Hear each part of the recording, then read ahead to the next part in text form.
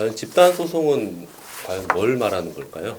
여러 명이 소송하는 거, 집단으로 소송하는 거, 말 그대로 특정한 사건이 있을 때 여러 명이 한꺼번에 소송을 하는 걸 말합니다. 그러면 왜 집단 소송을 해야 되냐? 집단 소송이 왜 필요하냐? 그냥 지금까지처럼 여러 명이 소송을 하면 되는 거 아니냐? 그런 질문이 나올 수도 있습니다. 현재는 방금 말씀드린 대로 그렇게 되고 있고요. 예전에 각종 개인정보 유출 사건이 있었습니다. 가장 최근에 발생한 걸로는 SK텔레콤에서 유심 정보가 유출된 사태가 있었고요. 카카오톡 먹통된 사건, 가습기 살균제, 폭스바겐 배출가스 조작 사건 등 집단적인 피해가 있는 사건에서 우리는 지금까지 어떤 태도였냐면요. 피해자들이 알아서 권리구제를 받아라. 이렇게 되고 있었습니다. 가해자, 보통 대기업들이 선제적으로 우리가 얼마씩 드리겠습니다 하면 좋지만 세상에 그렇게 쉽게 자기 돈을 내는 사람이 없거든요. 어떤 경우는 보상안, 쿠폰 그런 걸로 퉁치려고 하고요. 그래서 현재까지는 피해자가 알아서 소송을 해야 됩니다. 그런데 문제는 뭐냐? 소송은 돈이 많이 들어갑니다. 변호사도 선임해야죠. 증거도 찾아야 됩니다.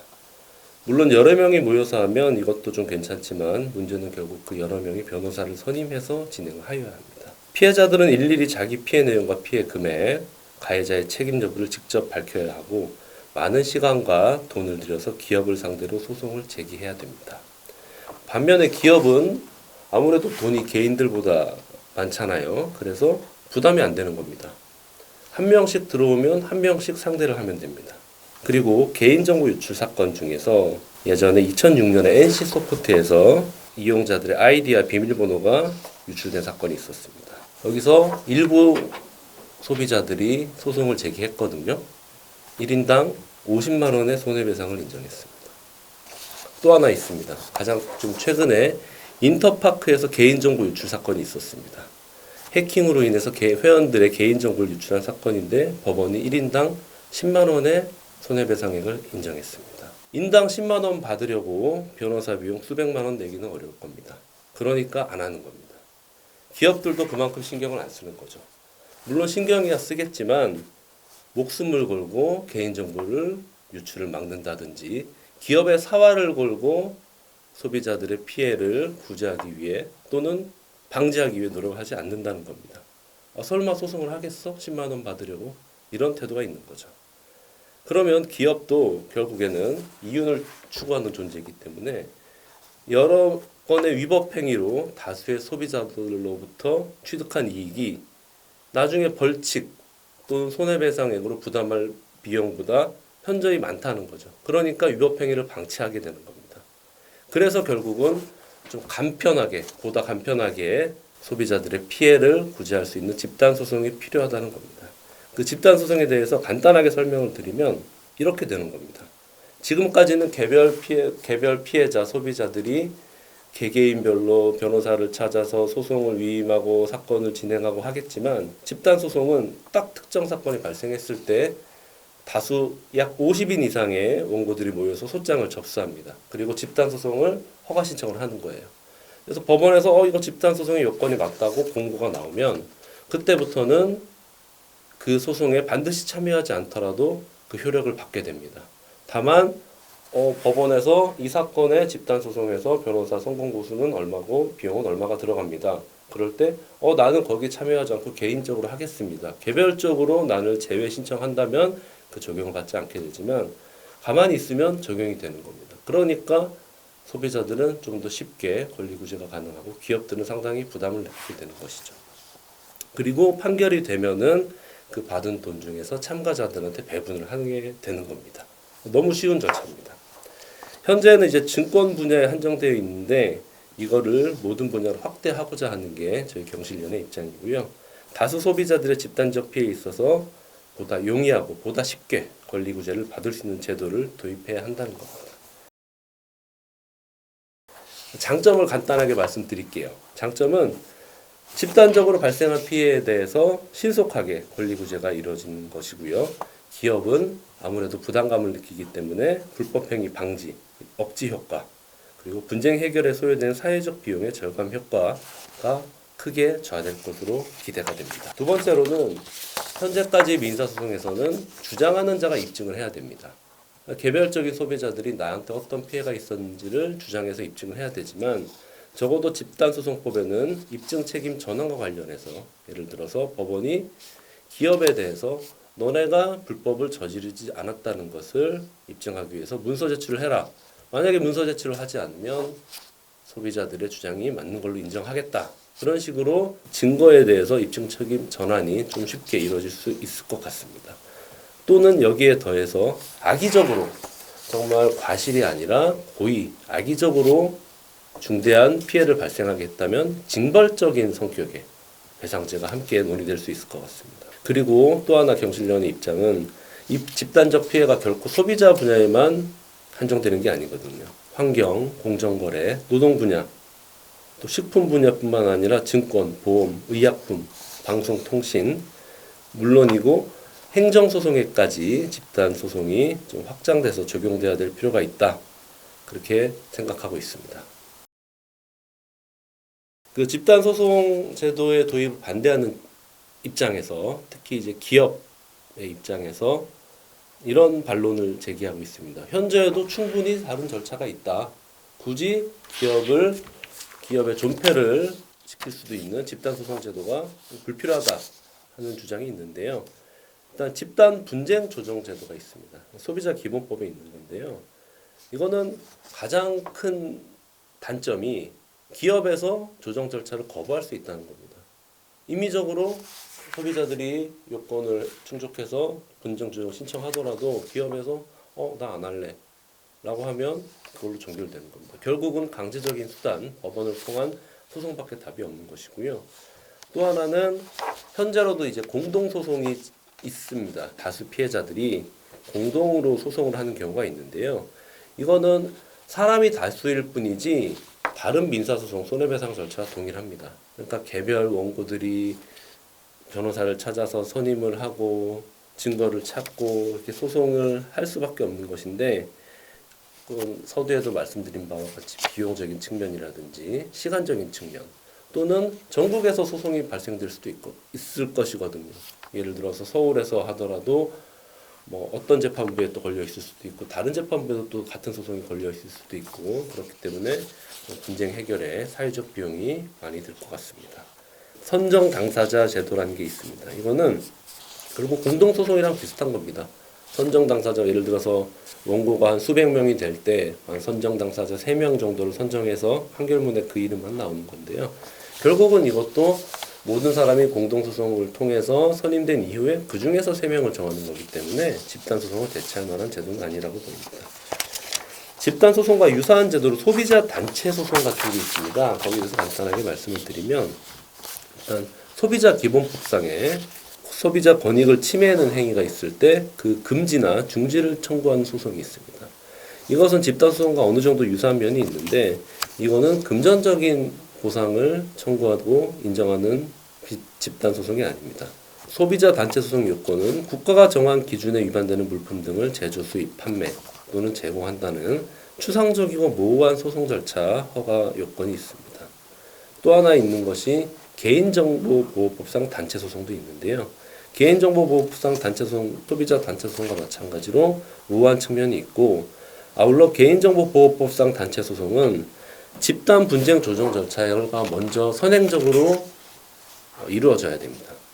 조정이 성립되지 않는 경우에 하나여 개인정보법상 단체 소송을 할 수 있고요. 아울러 개인정보법상 단체 소송도 마찬가지로 법원에 권리 침해행의 금지나 중지를 청구할 수 있을 뿐입니다. 그러니까 금전적인 배상하고는 관련이 없다고 할 것입니다. 현재로 집단소송이 유일하게 이제 작동하는 분야가 증권 관련 집단소송 분야입니다. 2004년에 도입됐고요. 근데 다만 이것은 증권 관련해서만 해당이 되게 됩니다. 그리고 소송 요건이 상당히 까다로워서 현재까지 실제로 진행된 경우가 10여 건에 불과한 상황입니다. 그래서 현재 집단소송과 유사한 이런 집단적인 분쟁 해결을 취하는 제도가 있지만 우리 경실련에서 주장하는 집단 소송은 모든 분야에 대해서, 그러니까 특정 분야를 한정하지 않고 일반적으로 특정한 사건이 발생했을 때 소비자의 권익 구제를 보다 간편하고 보다 신속하게 할 수 있는 장점이 있다고 할 것입니다. 상당히 안타까운 사건이 있었습니다. 몇 년 전에 가습기 살균제 참사로 최소한 1200여 명이 사망을 했습니다. 피해자 수백만 명으로 추정됩니다. 그리고 많은 수의 피해자들이 아직도 투병 생활을 하고 있고요. 그 다음으로 대규모 개인정보 유출 사건이 있습니다. 개인정보 유출 사건은 정말 수십여 건에 달하기 때문에 이걸 뭐 다 일일이 말씀드릴 수는 없겠지만 가장 대표적인 것만 말씀드리면 2016년도에 인터파크에서 고객 정보 2,540만 건이 해킹됐고요. 가장 최근에 SK텔레콤에서는 약 2,300명의 유심 정보가 유출됐다고 보고 있습니다. 그다음에 부당 공동 행위라고 있습니다. 부당 공동 행위는 쉽게 말하면 기업들이 담합을 해서 물건값을 올리거나 어떤 가격 이하로는 팔지 않겠다고 담합을 하는 경우인데요. 부당 공동 행위는 이제 소비자들한테 분명히 직접적으로 물건값을 올려서 구매할 수밖에 없는 피해가 있는데, 이게 문제는 소비자들이 피해를 배상받기가 상당히 쉽지 않습니다. 공정위에서는 뭐 과징금 같은 거를 부과하긴 하지만 실질적으로 소비자 피해가 구제된 적은 없습니다. 또 하나 말씀드릴 거는 폭스바겐 배기가스 조작 사건이 있습니다. 폭스바겐 디젤 엔진에서 배기가스에 대해서 주행 시험에 판단될 때만 저감 장치를 작동시키는 프로그램을 삽입을 했습니다. 그래서 이것이 전 세계적으로 적발이 됐고요. 이 부분에 대해서 우리나라에서도 공정거래위원회에서 과징금도 373억 원 정도 과징금 처분을 내렸는데, 단 하나의 문제가 뭐냐면 일반적인 소비자는 결국 배상받으려면 소송을 해야 된다는 것입니다.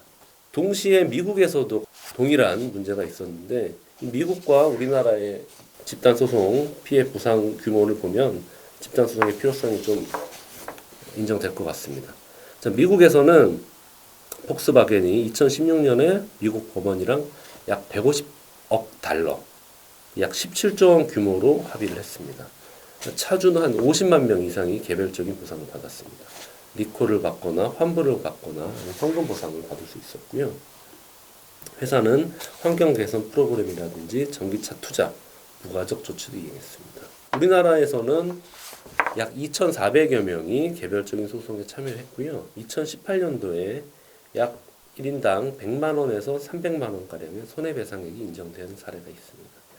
이 100만 원에서 300만 원은 차량 가격의 5%에서 10%의 가치 하락분에 대해서 인정을 했고요.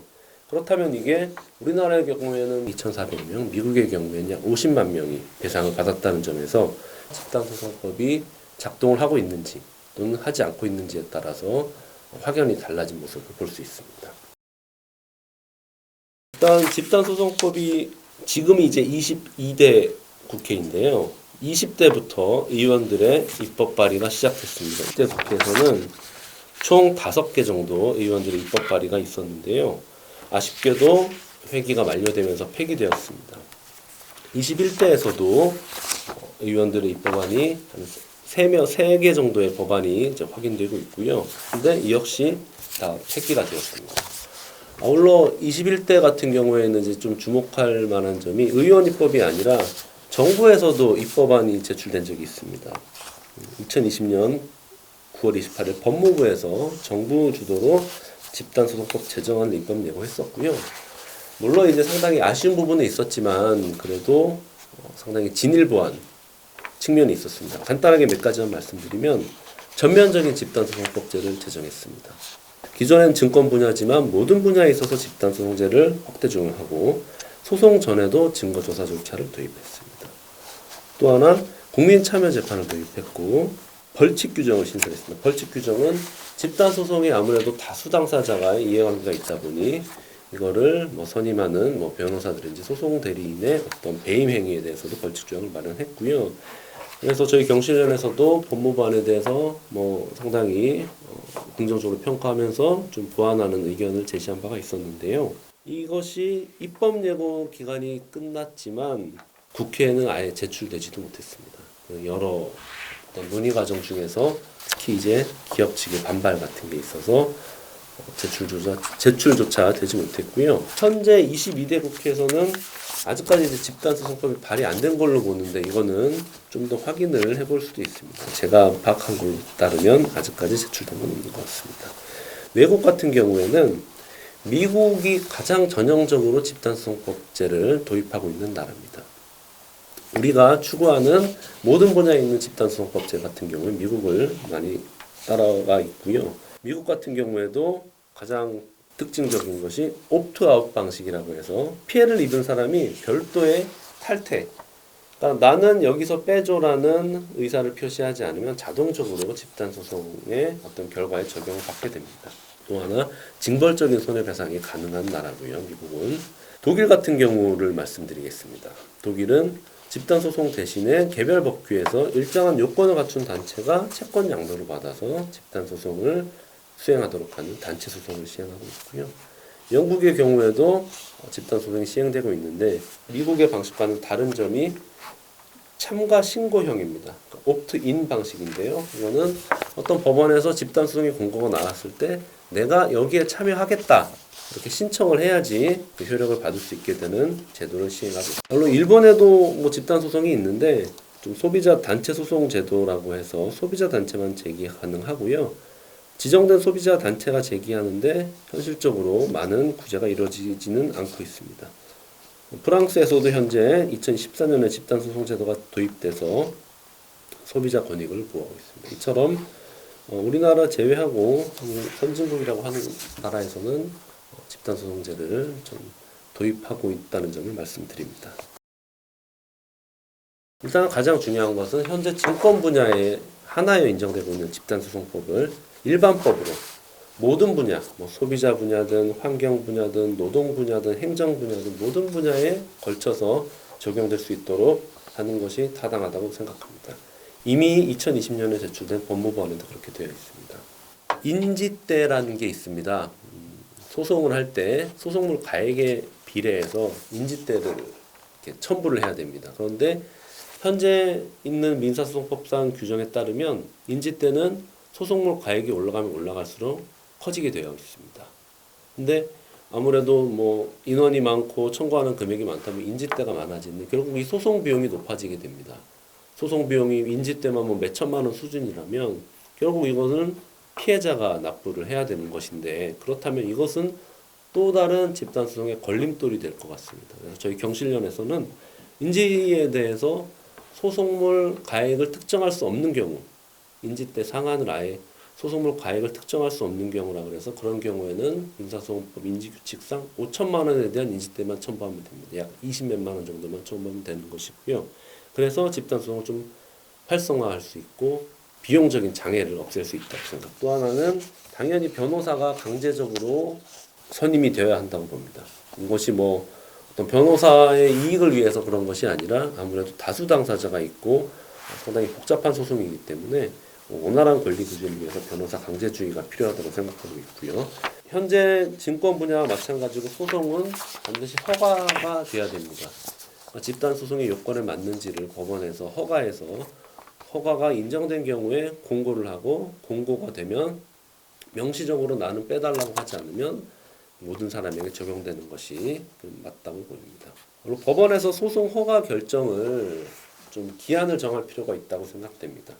왜냐하면 현재 시행 중인 증권 분야 어떤 집단 소송의 경우에는 법원에서 소송 허가 기간을 한도 끝도 없이 잡는 경우가 있습니다. 몇 달씩, 몇 년씩 잡는 경우라면 오히려 신속한 권리 구제를 원활하게 추구한다는 집단 소송에 좀 반한다고 생각이 들기 때문에 몇 개월 이상 결정을 못한다면 허가한 걸로 본다는 간주 규정이 필요할 것 같습니다. 바로 집단 소송의 경우에는 대표 당사자가 있습니다. 이 대표 당사자나 소송 대리인에 대한 관리 감독이 좀 필요할 것 같고요.